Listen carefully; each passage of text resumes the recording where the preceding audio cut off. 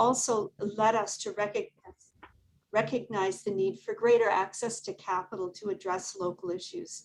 So traditional profit tax, granting, and donation mechanisms are just not going to meet the demand for social value in small communities. And that, of course, was the tone of Resolution 32 from last year. We started an exploration, a community exploration, really a conversation every second Thursday on the really traditionally big city field of social finance, just trying to figure out how we could apply that in our own communities. And this spring, we really discovered, recognized the major housing issue, let's call it a crisis, across our communities as many visitors decided to escape the city, and creating a real estate boom, but for many a housing bust, particularly for service workers and others who are on low income. So we actually did a kind of summer camp on social finance and housing this summer. So for those of you not familiar with the tools of social finance, sourcing capital for social good was an issue for the social sector, the nonprofit charitable sector, for quite a few years prior to now, as governments began to withdraw funding. And that sector began to look at what might happen in the hybrid space between business and the social sector. And in that space has emerged a whole lot of new thinking, social procurement, how we grow the idea of buy local out larger to include the purchasing power of major institutions and municipalities. How do we think about investing locally? How do we think about lending locally? Why can't we invest our RSPs in local housing development? Do you want to just leave me up with social, with the earlier slide there, Andrew, just for a sec? And then as we got talking, we added this third circle, the green circle, which that really raises the question now for us, is our many small municipalities, if we add them into this innovation-seeking hybrid space on financing, what actually would we have available in terms of leveraging and spending opportunities? So I've just added the link, I'll put it in the chat, for the social primer we built for ourselves. And now slide 3, Andrew, please. And so at this stage, we're really recognizing that we could be much clearer how every dollar we spend, lend, or invest impacts on the community that we have or that we want. Too many of us, perhaps me, many of us invest our RSPs outside of our community, our other kinds of investments. So what would happen if we were more conscious about doing that locally? And that's leading us to 2 questions. What financial tools and leveraging strategies can smaller municipal governments use to support the kind of housing our communities need? And what would we be doing if municipalities, nonprofits, philanthropy, and business were working much more collaboratively across our region to address the housing crisis?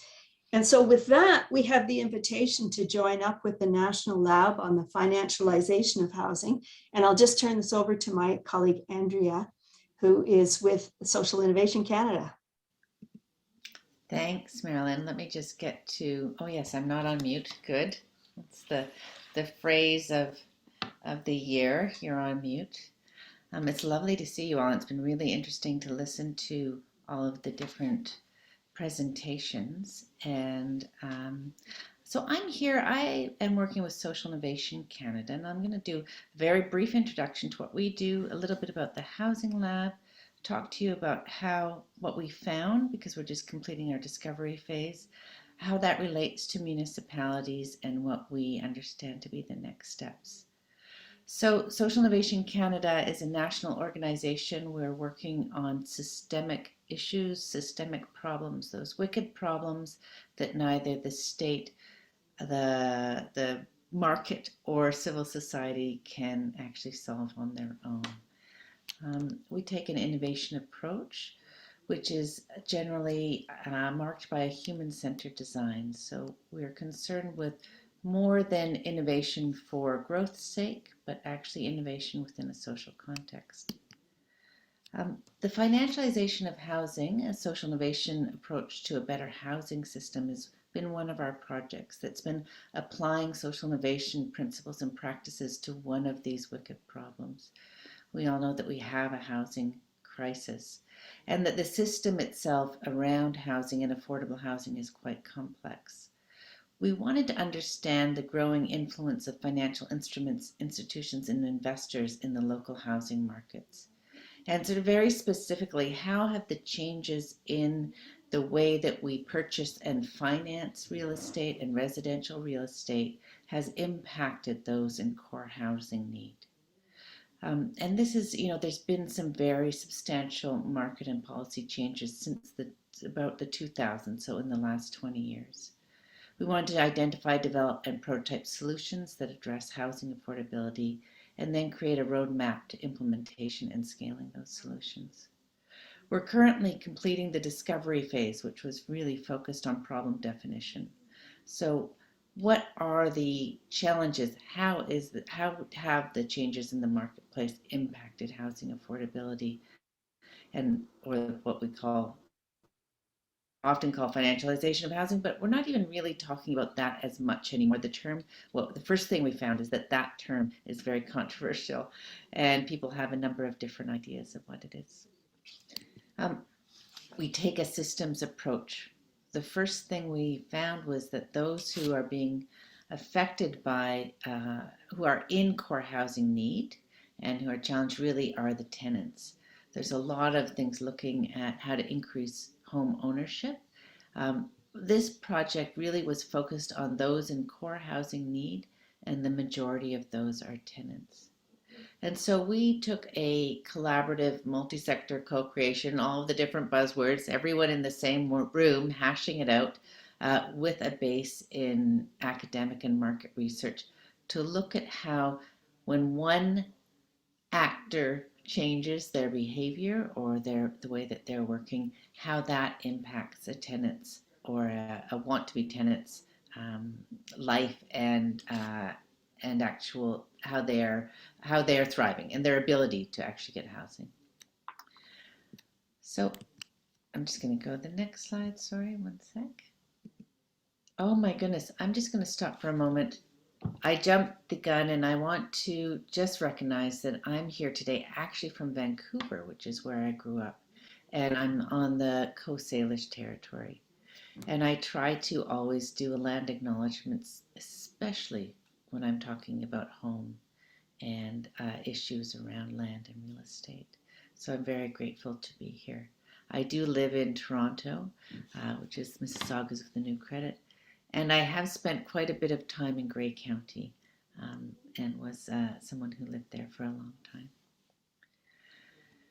So I'm going to go back to just give you a few key insights from the lab that we found. So we spent 18 months researching, talking, listening, holding workshops with a variety of actors, from advocates to housing providers, from REITs to governments to policymakers, and nonprofit and for-profit housing providers.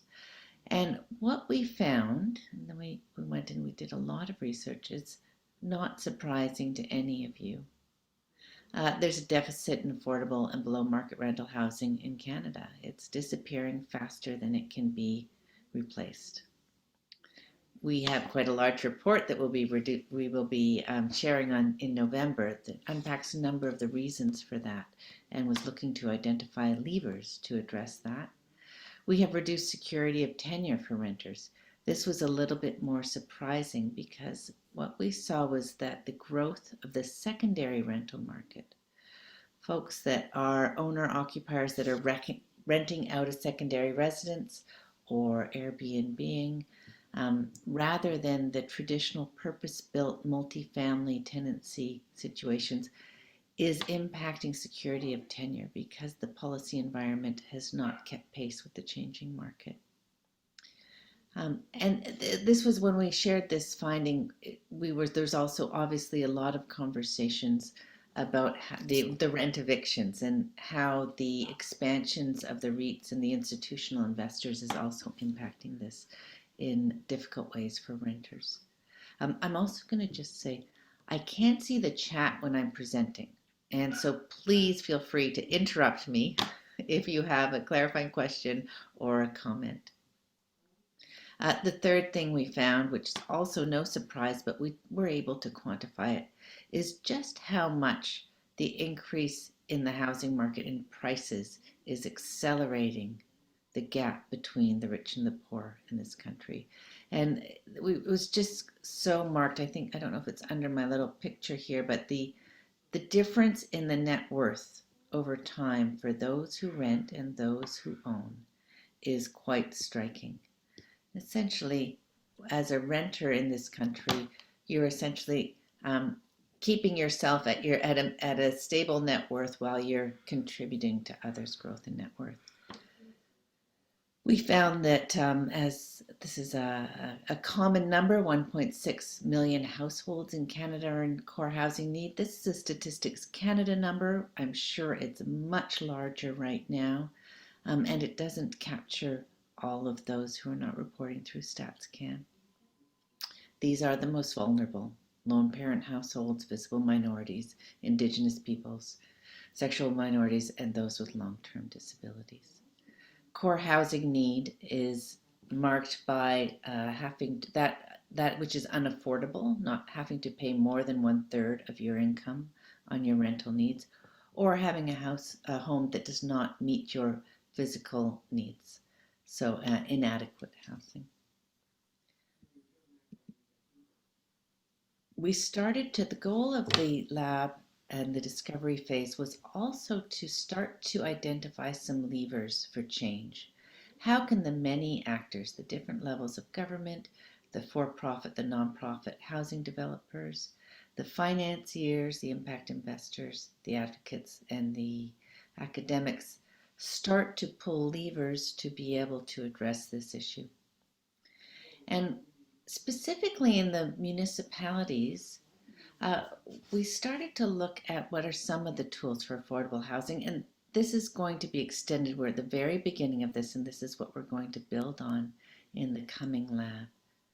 We found that there's policy initiatives, land-based initiatives, financial initiatives, and that there are a number of examples out there, and an incredible amount of work that's already being done by municipalities, both in Canada and internationally, that are working to address these. And I'm sure you'll hear about some of those today and tomorrow. Some of them, I'll give you just a couple of examples. Zoning and density restrictions for nonprofit and co-op housing providers are being considered in Vancouver. One of the challenges for nonprofit housing developers and below market housing developers is that because they're charging less rent, their business plans are not financeable. They can't get the financing from the banks because what they call the pro formas do not show enough future profit because they're not charging the very high rents.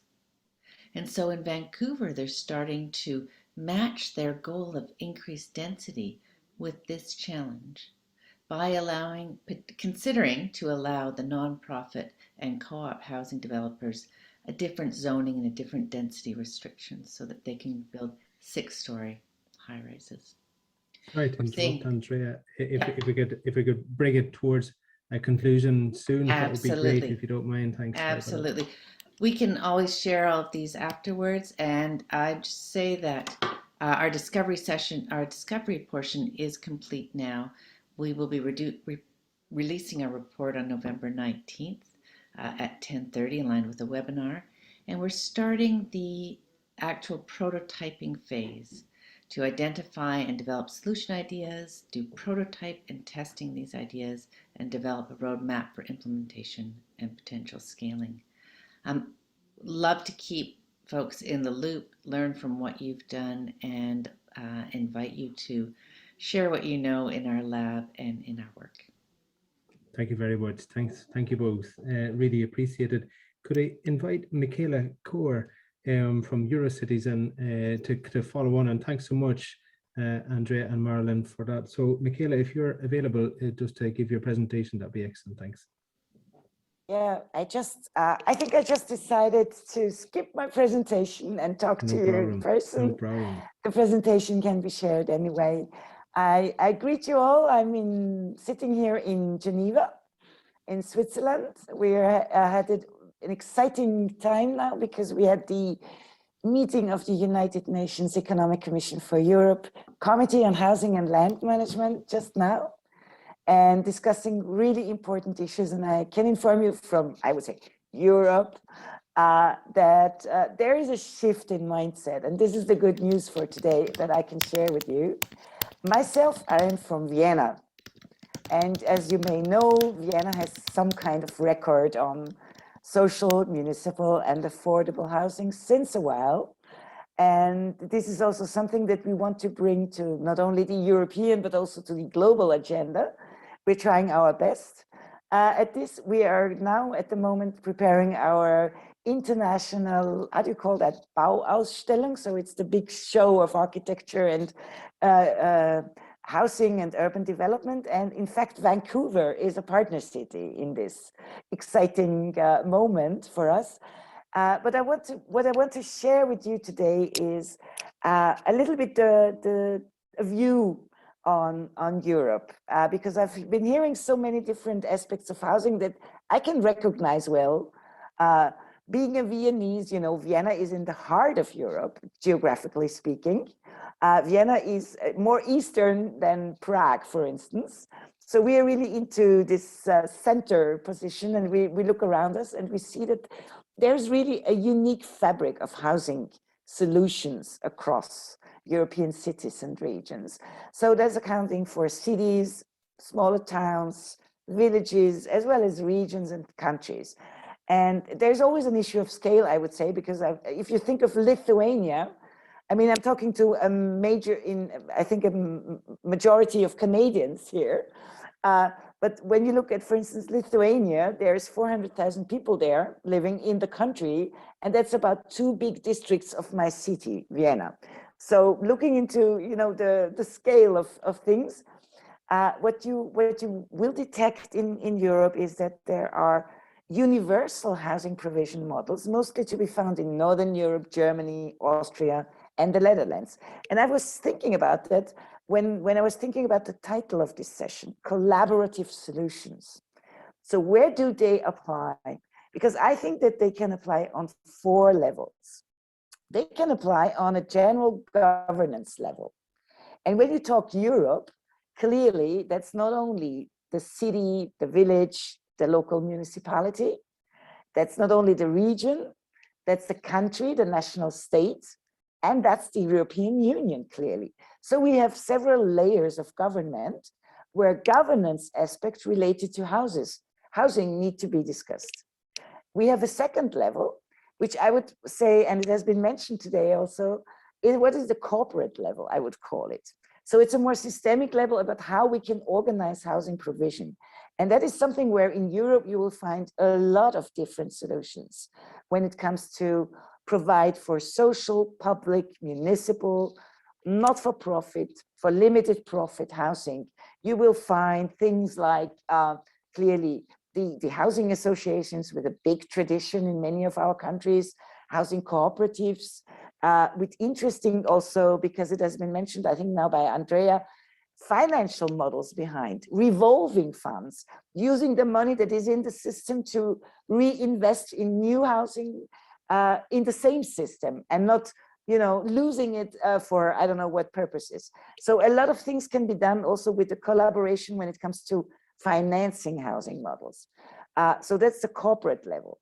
Then we have a project level, and that's also, I think, very fascinating, because when you look at the different models, how people create their neighborhoods and the place where they live and their homes, here again, it doesn't matter scale, yeah, doesn't matter, because what we've heard from Cumberland is as exciting as what the things I know, for instance, from a district in Lisbon, which is kind of, you know, they call it the pocket of poverty there, but they do really empower the people living there to contribute and participate in the whole refurbishment of their whole district life and neighborhood. And that includes not only the construction of housing, the refurbishment of housing, but it's also about creating new jobs in a very poor environment. So this is also the aspect of the project level where you can do a lot. And then we have the citizen level as such, I would say, and that's therefore for us, it's very important, and that's maybe also my Viennese background. But when you talk about participation, it's not only involving people, it's really also empowering people and emancipating people. So that's another aspect of collaboration that I would like to highlight, because I think that it's on this very, very individual level, you can do a lot to overcome inequalities. And that's what you have been mentioning, Dermot, I think in the beginning. And for me, in this whole exercise, there is also a clear gender dimension that has not been mentioned today. But when you, I mean, everybody's talking about housing affordability, but that means that you have to look at any measure that you take, be it on a governance level, on a cooperative level, on a project level, or on a participatory level, you have to talk about the gender dimension. Affordability is always a relation between income and the cost you have to spend for life. And clearly with, I mean, I don't know the global gender pay gap, but I know the European one, and that's still a shaming 16%. And the gender pension gap in Europe is at 40%. That means that we have an issue with affordable housing and affordability also with older women in our continent. And I'm sure that is the same in Canada in one way or another. So if we do not empower also women to take part in the construction, design, management, and ownership of all these aspects of housing, I think we're not doing the job well. Voila. When you talk about, I would say just a few numbers, because I don't want to, bore you. You can read it later on in my presentation if the organizers will be so kind to share it. But out of we have only in the EU with 500 million citizens, we have 146 million EU citizens at risk of poverty. We have 700,000 who are homeless. This clearly has also been aggravated by the corona pandemic. But what we have seen, that the housing crisis, it's not only a crisis for the most vulnerable anymore. In Europe, it's a crisis of middle income groups. OECD has even published a report that was entitled "The Squeezed Middle Class." People cannot afford, with a normal income, cannot afford anymore to live in the place where their parents grew them up. And that's a problem. We have obviously some other global challenges coming up, which is the climate crisis. We need to have a very huge renovation wave. In Europe, there is a clear commitment also by the European Union to do that. But again, we will have to see into, is the whole renovation wave we are going to undertake in Europe, is it going to be a just transition? Is it going to be one that doesn't aggravate existing inequalities? And there comes in one aspect of, I would say, collaboration that is very important, and as has also been mentioned, involving tenants organizations. I think that's, and also if it's not only about tenants, because clearly in Europe we have like 70% of Europeans living in owner-occupied homes or apartments, but we have 30% rental. But when you look into cities, that is completely inverse.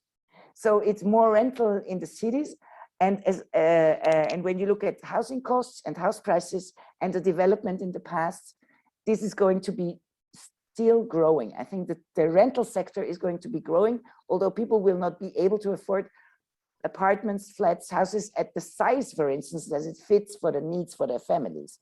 So here we need to have a strong involvement of tenants organizations. And that's another aspect of collaboration. In Europe, you will see in many countries, for instance, the tenants organizations are treated or respected as social partners in the negotiation of rent laws. And that means that you can create systems where you have much more transparency in the way rents are being, defined. Also, you have what has been mentioned already, organizations that look into the security of tenure. That is something that is really vital if you want to, start your life, grow a family, get older in the place where you just have all your friends and your social connections. So I think that this is something that in Vienna is working very well. And the last example that I want to share with you is in Vienna, clearly, we do not see housing as a charity. Housing for the poor is not happening in Vienna. I mean, clearly we do take care of people who have problems, but we have proved, I think, with a 100 years tradition in my hometown, city of Vienna, that we managed to create a crisis resilient model that was able to protect us against not only a lot of issues that many other cities have had, gentrification, touristification, financialization. We have a system where we have 2/3 of our population living either in municipal housing or in cooperative or for limited profit housing. And that is something where I say that what my call to everybody is, it's really time to rethink housing policies and to go back to truly cost-based rents and not profit-based rents anymore. And I think that there is a big difference. We have to look in all aspects of land scarcity, building ground costs, etc. But what we do, for instance, in Vienna, we keep the ground in the hands of the public. And the city owns a lot of land. I'll come to an end. Okay. And we do a zoning law. Now we did a zoning law in any new urban development site. More than 2/3 have to be dedicated for social, public, or affordable housing.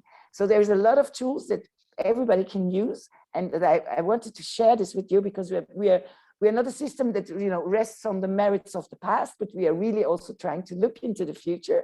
But we want to say that the strong regulation is an element that cannot be neglected, and this kind of governance is also to be negotiated with the citizens, the users, and the communities. And in Europe, clearly also with all levels of government. Thank you so much. Thank you so much. Thank you very much. I think we're going to have a day on this topic alone, just on housing. So I thank you so much. Anne-Marie Shaw, please, if you wouldn't mind, from Grey County. And thanks so much, Michaela, and good tidings in your part of Europe as well. Anne-Marie.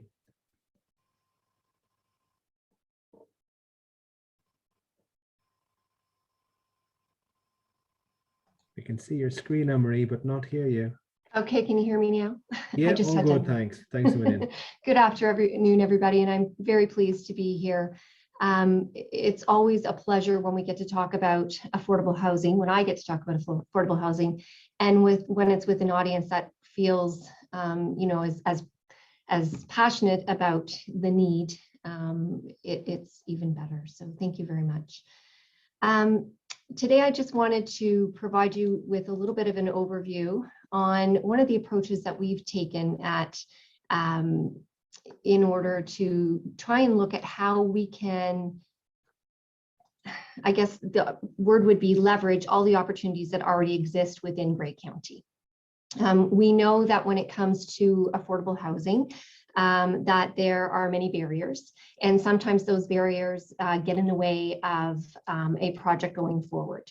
So we wanted to take the opportunity in Grey County to leverage what we have and see if we were able to find a system that would work for us, that would allow us to look at land, funding, and partners, and see if we could take existing land, existing partners, and existing funding and make those combinations work, and so that we could provide more housing for people.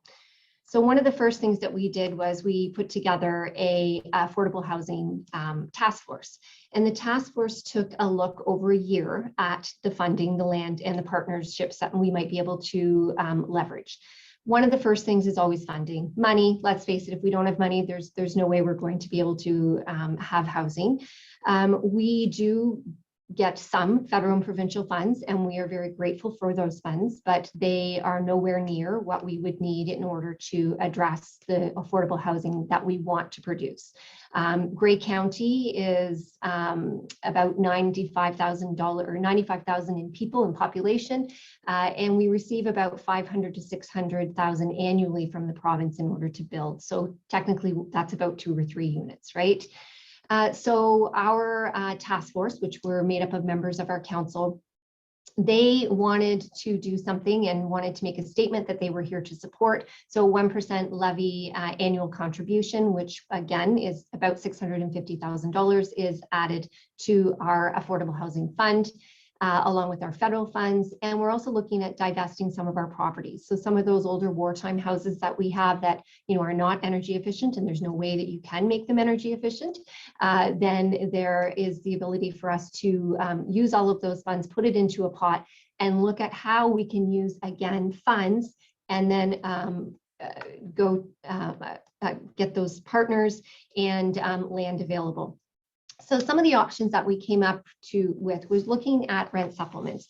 Rent supplements are handy, they're out there, but what are ways in which we can enhance that? So when there's a new build coming available, and maybe the rents are going to be $900 for a 1-bedroom, can we approach that landlord and say, you know, we have people on our wait list for housing that could maybe afford $600 or $500. Can we do a rent supplement with you? So introducing this concept, it's not a new concept, but how can we introduce it to new builders, to existing landlords, to nonprofits, to co-ops? Are there opportunities for leveraging to more housing within the system that we have? Next is our co-investment with nonprofit housing providers. Taking a look at our nonprofit housing providers, they're already in the business, they already provide housing. Are there more opportunities for us to work with them to develop more housing? Do they have land already? They're already a partner. Do we have some funds we could put towards it? And some of them have mortgages that are now expiring, so there's the ability to leverage some funding. So it's looking again at trying to get that combination of land, funding, and partnerships in order to make more housing. Long-term care facilities. We know there's a lot of redevelopment going on in long-term care facilities. Is there ability for us to look at some of the long-term care facilities that are no longer going to be in use? Or when we're redeveloping, is there an opportunity to develop some affordable housing units also on a campus of care site? Grey County housing, opportunities within our own portfolio. Do we have land that we could sell, develop? Do we have some opportunities within that we could look at? One of the ones that I'm very excited about is our land bank. So we are working with our municipalities and within ourselves to look at surplus lands. Oh, sorry, did I lose us here? So looking at those surplus lands. So for instance, in the county, we have a housing first policy. So that means that any surplus land that the county owns must be considered for affordable housing first. So that's an excellent way of looking at opportunities. We also have 9 municipalities within our county. So we are working with the 9 municipalities in order to assist them in identifying some surplus lands that might be appropriate for affordable housing also. And with that, we're developing some criteria. So obviously looking at in a settlement area with existing services in the area, amenities. So there are certain criteria that land would have to. But with that bank of land, we can then provide that to, is there a private developer that might be interested, a nonprofit, ourselves? And the other part of it is that we can work towards getting these lands shovel ready. So we can do the pre-zoning of the lands so that not only eliminates some of the upfront costs for a developer or nonprofit, but it also, if there's opportunity and funding that comes along, then it isn't a long period of time and we might be able to meet some of those timelines for some programs. And the next one is looking at waiving fees and incentives, working with not only ourselves, but our 9 municipalities who are developing those community improvement programs and what might be some of the local incentives that a developer or nonprofit could have for developing funding, affordable housing.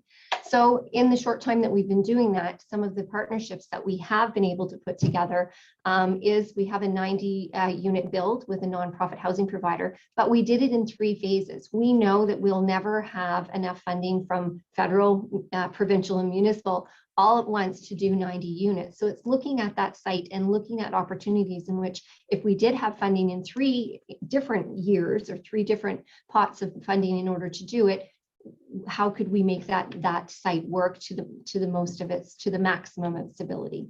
Looking at working again with those nonprofits and identifying some funds and people that have land. We're looking at that private partnership. We have the land and incentives for the affordable units, then we just need the developer. Again, looking at some of those rent supplements as a private partnership. Redeveloping our own. I talked a little bit about our long-term care affordable. Renovations of buildings into transitional housing. There's a good need for transitional housing, and there are a lot of community agencies that can provide the support. So if we look at some of the funds, so we're as a county able to provide some funding for a renovation, working with a community partner that already provides those supports, and then we can leverage some of the housing that may already be out there, or some of the buildings that may already be owned, and transform them into affordable housing. And then, of course, looking at emergency housing. Is there opportunity for some of the people that work in emergency housing, if they had a rent supplement in their back pocket, could they get someone right from off the street into a landlord because the funding is there for that person? And then also looking at different ways in which we could partner with not only a nonprofit, but maybe there is a community agency, a community living that also needs 6 units of housing and might have a little bit of funding. So it's making those connections with various partnerships that may have the land and the funding, and trying to create affordable housing. So that's something that we're looking at. We're in various stages of this. With different partnerships, but we just looking at what we have over the next 5 years with the existing funding that we are hoping to have from federal, provincial, and our own funding with the lands that are available and our partnerships, we're looking at maybe 300 to 400 units over the next 5 years. So just simply a rethink on, instead of, oh, I've only got the land, but I don't have this. How can you make all 3 come together for successful projects? Super, brilliant. Thanks so much. A really powerful story of local innovation and pragmatism at the same time. So really powerful. Thanks so much. Could I ask Mark Schleben-Eddy from the Regional Housing Committee, please, if you wouldn't mind making your presentation as well. So thanks so much, Anne-Marie. Really appreciate it. Hi, I'll put mine up. Oh, there we go. Hang on.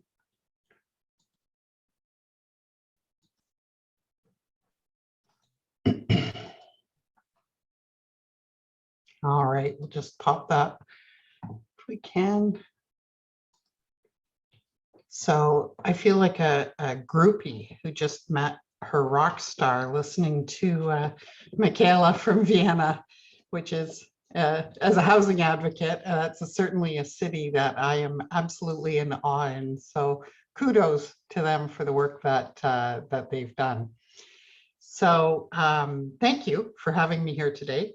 And I want to start out by saying, certainly here, if you walk down the street and you ask 10 average people why we have a housing crisis, the 2 most common answers that we'll hear is greedy landlords, and it's the fault of the town.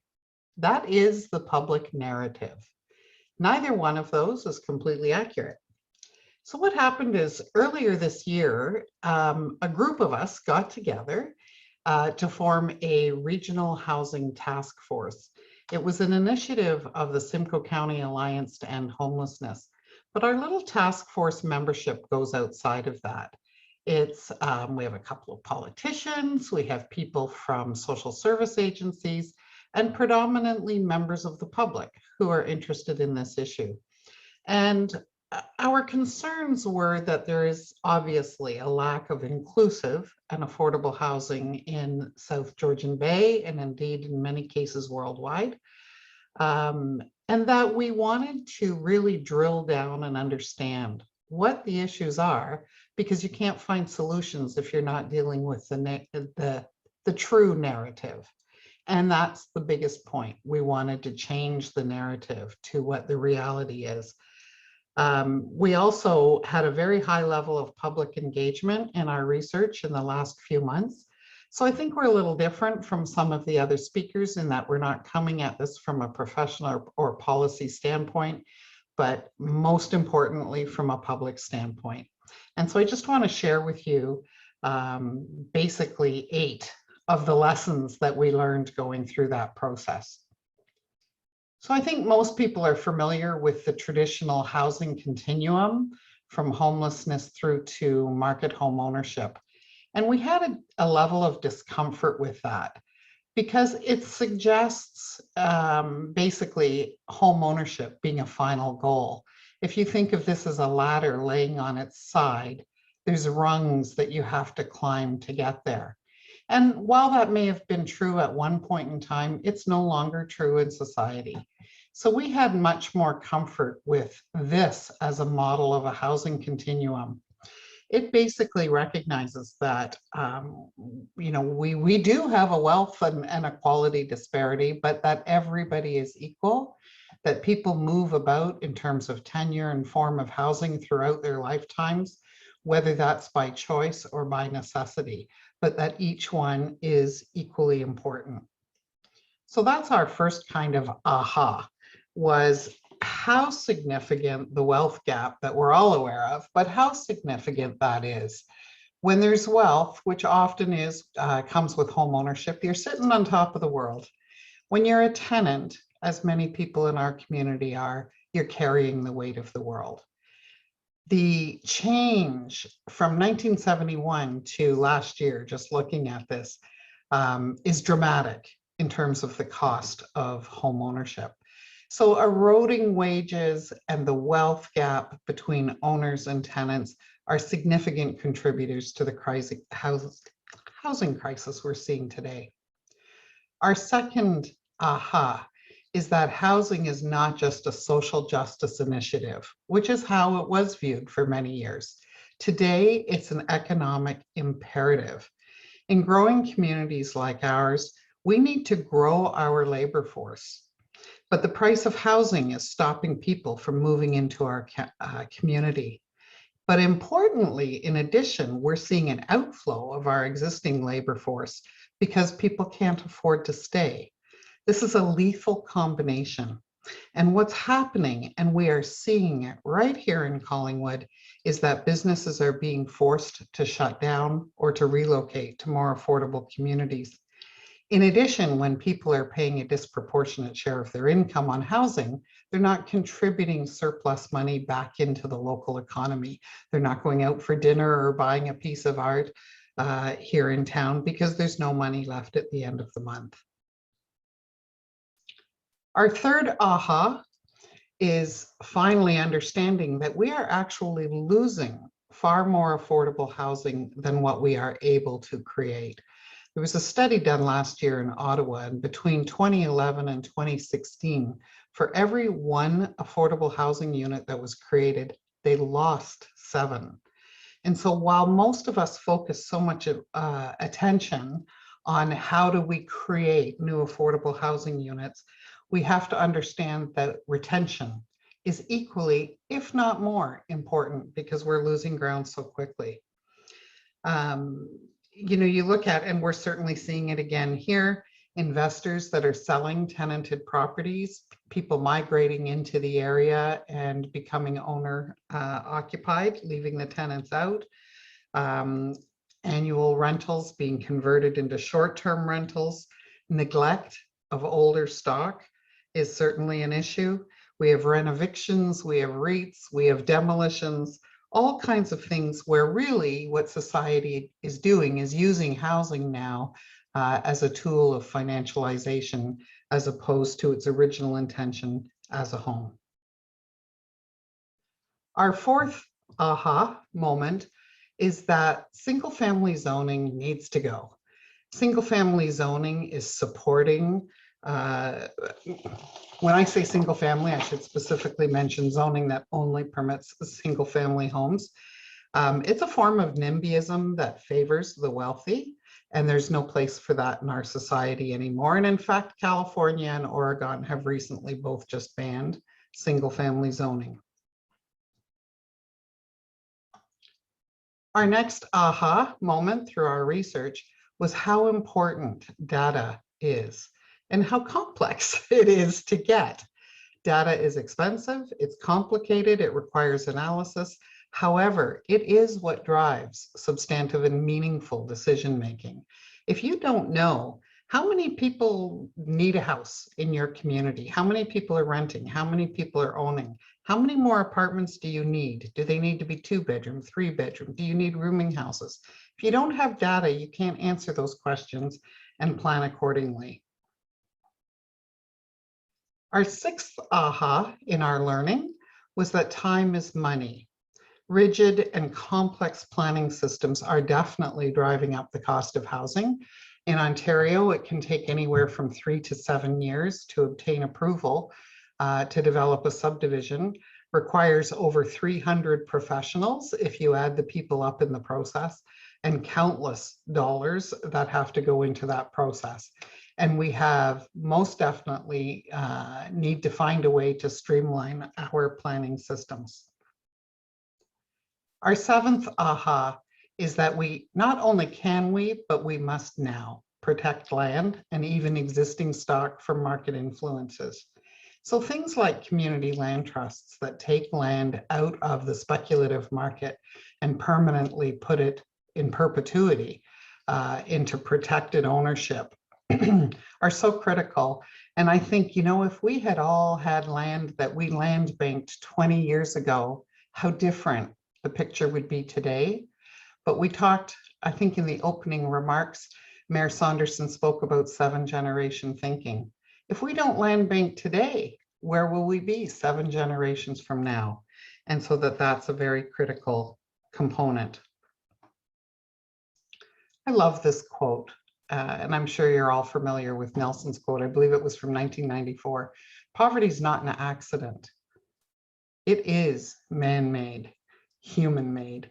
The housing crisis is a human-made problem. It's all been derived from policy. But the good news to that is that we can actually fix the problem. And the fact that we're doing this today, that we're all having a good chat about this, that housing and sustainability, inequality have become front and center conversations in society that didn't exist before, that governments are reinvesting in housing, that innovation is happening. I mean, how wonderful that we're talking about I'm sorry, land. Mark, you have 30 seconds left. We are running behind, sorry. Thank No you. problem. If you can wrap it up. Thank you very much. Thank you. Well, look at that. We are at the end. So what we also found is that the solutions are in understanding the problems. And so I guess the aha is, if data is lacking, collect more of it. If we're losing housing stock, talk about retention. So identifying the problem, finding the opposite will lead us to the answers. And we can do that with determination and radical action. Thank you very much for listening. Thank you very much, Mark, and thanks everyone for all your contributions and also your patience. Much appreciated. Jeffrey Payne, if you're available, Jeffrey, that would be great just to follow on just on your presentation and the research from UN Habitat and your vast experience, please. Well, thank you very much. There's been some very impressive presentations. Time is very short, so I'll cut to the chase. My experience has not been particularly in small cities or towns. It's been in large cities all over the world, but it does include many small cities. And of course, even large cities include a large number of small communities. But the scale of the challenges facing us is what I want to make clear. If you just take sub-Saharan Africa, for example, there's a projection now that they will have an additional 790 million additional urban residents in the next 30 years. Now that's more than the combined urban population of Canada, the USA, Mexico, Europe, including the UK, I should add. And of course, we had far more time in which to build the numbers to meet this need. Even more challenging is the fact that in sub-Saharan Africa, and of course that's not the only part of the world with a problem, but in that region, a massive 60% of the existing urban population are living in substandard, insecure housing. And the numbers, of course, are increasing everywhere. So it's the scale of the problem that's the first thing I want to mention. The second is the climate crisis. And this is going to provoke even more migration from rural to urban areas. The obvious point in taking up from the last presentation is that market-based economic systems are now global.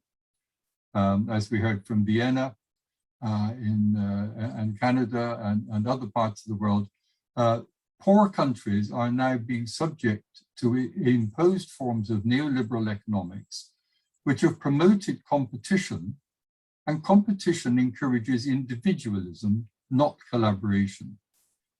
This has intensified inequality, not just in incomes, but of course in wealth, and land and housing are now the physical manifestation of this inequality. So a key issue is how to manage land and housing markets in the public interest and promote collaboration and community-based options to reduce inequality and promote more socially, economically, and environmentally sustainable societies. The report which I did for UN Habitat, which was launched 2 weeks ago, is the role of land in achieving adequate and affordable housing. And this does provide a large number of examples from rich and poor countries of how land and housing markets can be regulated in the public interest. It summarizes the characteristics, the strengths, and the limitations of a wide range of tax-based, fee-based, and development-based policy instruments that can be applied in other contexts. It provides references for policymakers or urban administrators wishing to dig deeper into any one of the options to assess their possible suitability for application in different contexts. Now, we think this is a key consideration because no single policy is suitable for application in a wide range of policy, political, economic, and institutional and cultural contexts. What we found was that the tax-based policy instruments can be highly effective in generating revenues from the increment in land values made possible by the granting by the state of development permission or changes in land use available to the landowners or developers.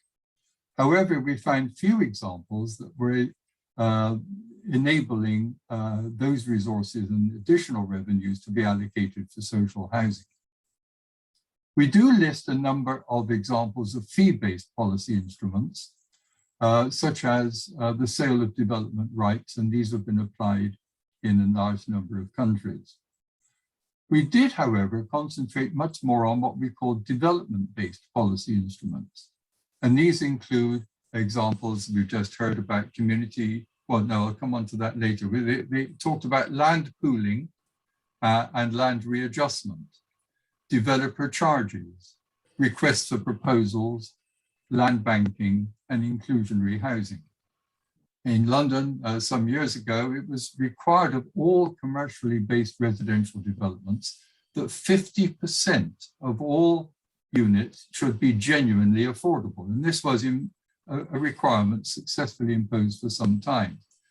Now, under the present government, of course, developers are far more able to avoid their social obligations by using financial viability assessments in their own favor. This has had a great impact in some countries of improving access to adequate and affordable housing. But as we were doing this study, what we found was that a key aspect, and this is a key point of the report, is that it recognizes the limitations of policies that operate within the confines of market economics. And it provides examples of community-based or non-market-based options, such as we heard earlier, community land trusts, cooperatives, and other participatory forms of land and housing, which can be available for low-income groups, not just as a short-term option, but to meet long-term needs. The problem with allocating housing on the bases which are based on land-term finance is, of course, that they can be easily co-opted back into the market. So it's non-market-based options which we think deserve a lot more consideration and support. And I should say, my work over the last 5 decades has been throughout the world in the global south. And I think there's been a lot of very interesting examples. The experience in the 1970s and 80s in Ankara, Turkey, for example, in Medellin, Colombia more recently, and in other countries or cities like Lima, where community-based initiatives have been very successful simply because the governments didn't have the resources to impose conventional approaches. I think we need to go back to some of these examples and see how they can be reapplied in a wider context. In conclusion, I believe that at this critical moment in human history, we need to recognize the need to redress the obsession with economic growth and promote more modest and sustainable ways of living. The evidence shows that when people are actively involved in the planning and development of new settlements or the upgrading of existing ones, the results are far more successful. I'm summarizing all of these points and use the lockdown period for a year or so to review all of these issues in a book, which I've just completed and which is due to be launched very soon. And the publishers have asked me to end with showing you the flyer.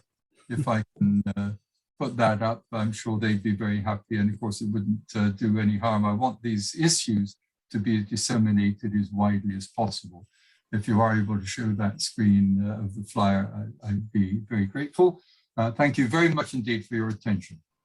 Thank you very much, Jeffrey, and thanks so much for all of the insights and all of your patience. We'll definitely get and show that flyer for the book. I know that that will be a very popular piece of interest. If I could move to Era Bergud, I don't know if that's right, Era from Norway, just to kind of explain your presentation. And my apologies for my awful timekeeping.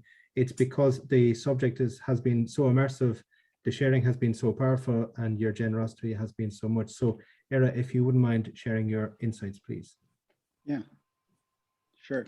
I'll just share my screen here. Yeah, hello, my name is Ari Bergerud. First of all, I would like to extend my gratitude for the opportunity to speak at this exciting event. As we are here today discussing collaborative solutions for inclusive housing, I would like to illustrate my points of view through this concrete project. And then we're moving into the informal housing sector and an urban slum. I'm here representing the project Designing Dignity and the Norwegian University of Science and Technology. I'm well aware that it is impossible to design the feeling of dignity, but maybe that is why it is a goal worthy of pursuit. It works as a reminder of what is really important in this line of work. In the Designing Dignity project, we are working with and studying interim housing units for informal settlements and slum areas. The project is under development, so while I'm here partaking in this conversation, I'm open to input and criticism.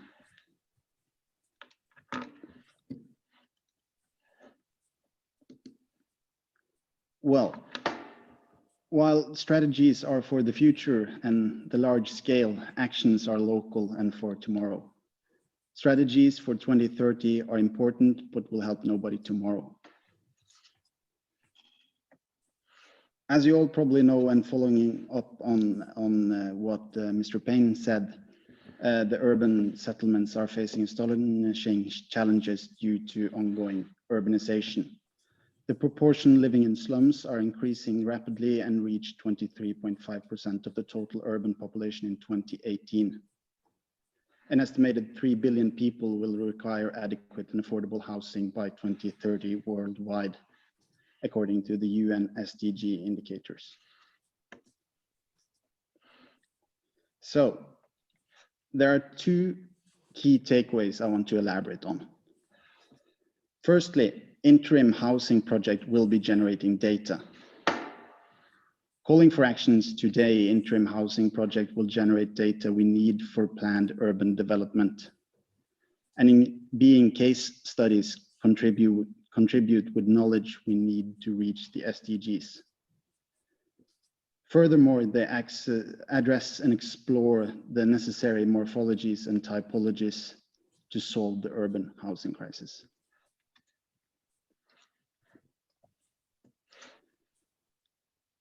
Secondly, the master plan is not enough. Starting with the homes, the informal shacks, we are looking into the organic development of these areas. Discarding the master plan and building urbanity in a way and in a scale where local inhabitants can participate. These kinds of interim house projects serve as an initial and necessary iteration in organic urban development. Projects of this character can contribute to building communities and social bonds, and in that way it lays the foundation of a bottom-up approach to settlement building.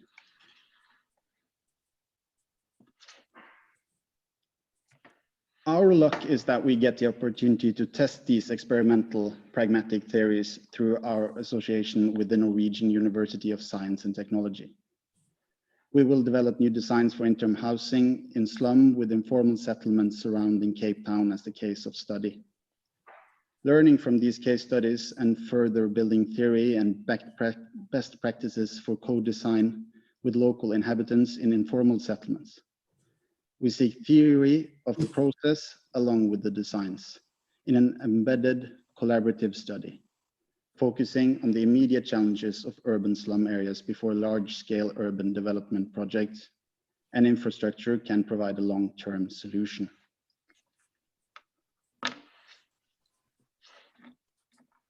We are very fortunate to be working with the organization The Shack Builder in Cape Town, South Africa. A great example of the bottom-up approach in urban development and organic growth. Led by Quinton Adams, the organization works to better the squalor living conditions of people living in informal settlements. Their mandate is to empower, but also to bring forth new standards. Their motto is action. Together with the Shack Builder organization, we seek to explore design solutions to different challenges they face in their practice through several architectural case studies. Facilitating a local, often untrained workforce to tackle challenges like flooding, fires, overcrowding, and unstable terrain within extremely low budgets. The outcome of these studies can contribute to the theory of a bottom-up collaborative approach in urban development, organic growth, and self-help in informal settlements. So, in closing, even interim housing outside the standards I would call adequate myself can drastically lift the standards of living for a huge number of the urban population. A lift that may give them enough to contribute in further development. This in addition to being an essential case study and a proof of concepts for the strategies and master plans to come. And most importantly, we can start building now. Strategies are for the future and large scale. Actions are local and for tomorrow. Thank you.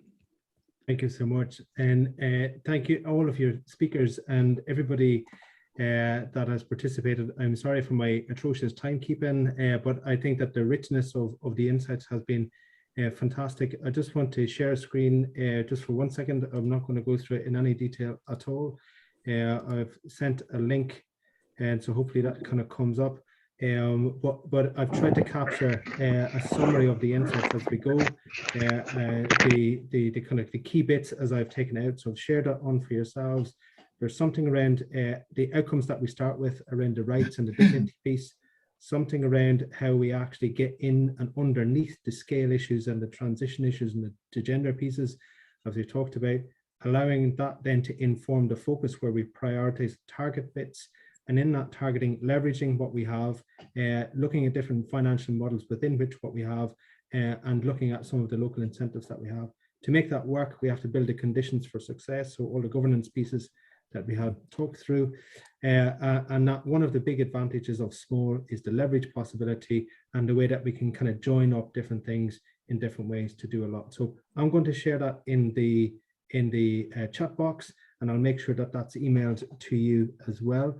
And just to say thank you so much again. I'll provide any other reflections as I can. If you have any questions, issues, or insights and you want to share, that would be fantastic.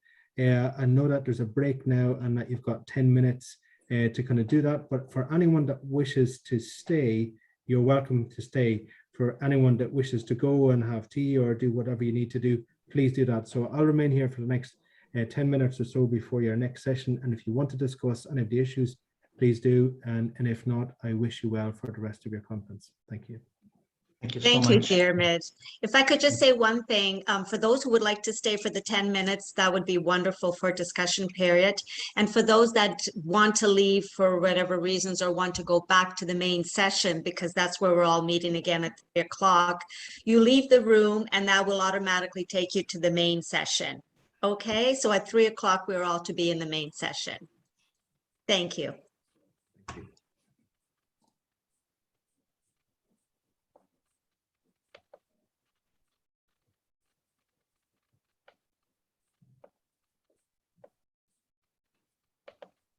Well done, Ilda, for putting all this together.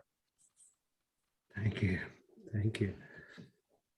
It was a, I think that is a conference in itself, that whole housing session, to be honest. So but for me, one of the really interesting things is shifting the problem of small into an opportunity, so that that asset piece that we talked about and all of that really wonderful work that you talked about, Jeffrey. So really helpful.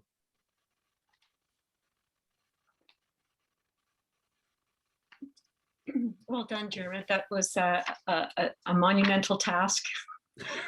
Rosalind Morrison here in Southern Georgian Bay. But I'm just wondering, in these few minutes, I'm just glancing at the 2021 resolution draft with your brilliant summary. Have you thoughts about how you synthesize that into additions for this document? Yeah, as I was desperately trying to go through, it seemed to me that one of the issues with small is people overlook it for the big picture. So they create structures, policies, and bits. So it's making small visible. So I think there's a principle there around how making that work. But I also think there is something in a principle around visualizing some of the mechanisms that we talked about. So for me, there's a development of the synthesis beyond this around two principles around that visualizing bit. I think on the recommendations piece, another part that came out for me was about how we make more of what we already have. The land base, divest to invest, looking at some of the partnerships bit. So have we fully exhausted the potential of what we already have? And then we start to kind of look at, in parallel, some of the resources bit, and the order of things seems important. So rather than racing for the cash, it's putting in play that making more of what we already have and moving it on. So I thought that was also quite an important bit, and the equity of inclusion and participation. So it's not just telling people after, it's drawing on the insights like the task force. So I think that the recommendations are something to do with making more of what we have, the order of things, and then something around the inclusion and the insights driving it on. So for the recommendations. That sounds good. Back to the inclusion piece, though, it strikes me that there needs to be some consideration given to some kind of coordinated communications plan for small towns to work with the residents to help share the kind of knowledge that we're gleaning today. So if we're 1% of the population, how do we bring everyone along the journey? Yeah, absolutely. And I guess part of that, I'm aware that today we had a community of interested and the experts. So there's shorthand through some of what we're talking about. But for citizens, community groups, and different bits, the method of getting the same information out might be different. It might be stories or personal insights or some way of making it relevant. So I guess that communication bit, yeah. Yep.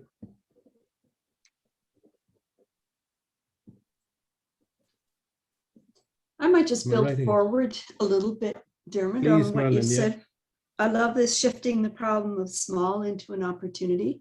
So the question for me then is, what do we need to do at small to take advantage of that opportunity or those opportunities? And, small communities are highly relational.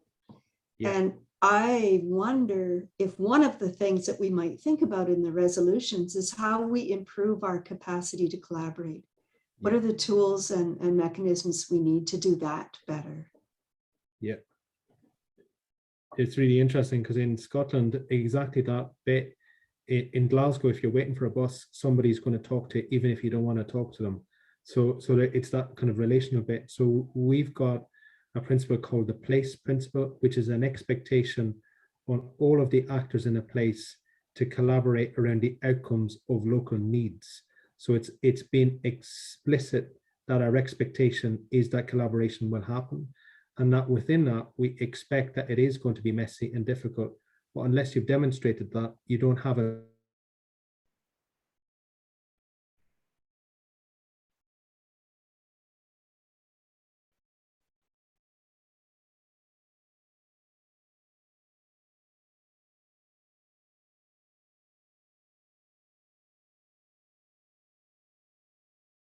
authorities and businesses. So it seems to me that we can enhance those and look at ways that we can stimulate that cross-sectoral collaboration will be important.